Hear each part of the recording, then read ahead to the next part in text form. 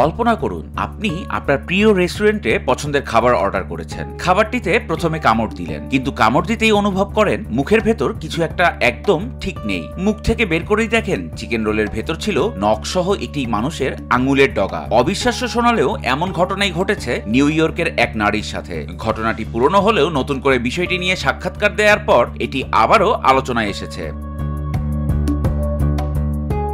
New York পোস্টের এক প্রতিবেদনে জানা যায়, অভিযোগকারী নারী 43 বছর বয়সী মেরি এলিজাবেথ স্মিথ 2023 সালে তিনি তার পছন্দের রেস্টুরেন্ট ক্রিয়েট অ্যাস্টোরিয়া থেকে চিকেন রোল অর্ডার করেন। কামড় দেওয়ার পর তিনি বুঝতে পারেন খাবারের মধ্যে কিছু একটা অস্বস্তিকর বস্তু রয়েছে। মুখ থেকে বের করে তিনি যা দেখেন তা দেখে হতবাক হয়ে যান। সেটি ছিল নখসহ একটি মানুষের আঙুলের ডগা।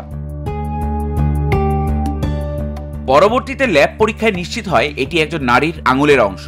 এই ঘটনা থেকে চরম মানসিক আঘাত পান তিনি। মূলত ঘটনাটি ঘটার পর থেকেই মেরি এলিজাবেথ স্থায়ীভাবে ট্রমাটাইজড হয়ে পড়েন। এখন তিনি যে কোনো খাবার, বিশেষ করে মুরগির মাংস দেখলে আতঙ্কিত হয়ে পড়েন। এমনকি তাকে চিকিৎসকের পরামর্শে ভাইরাস নিয়ন্ত্রণ থেরাপিও নিতে হয়েছে। কিন্তু রেস্টুরেন্টের মালিক টেডি কার্গিয়ানিস ঘটনাটি সম্পূর্ণ অস্বীকার করেন। তিনি দাবি করেন যেদিনের কথা বলা হচ্ছে সেদিন রেস্টুরেন্টে কোনো নারী কর্মী ছিলেন না, বরং তিনি এখন ম্যারির বিরুদ্ধে পাল্টা অভিযোগের হুমকি দিয়েছেন। তবে এই ঘটনা মানুষের দৈনন্দিন জীবনের খাবারের নিরাপত্তা এবং রেস্টুরেন্টগুলোর পরিচ্ছন্নতা নিয়ে গভীর প্রশ্ন তুলে ধরে।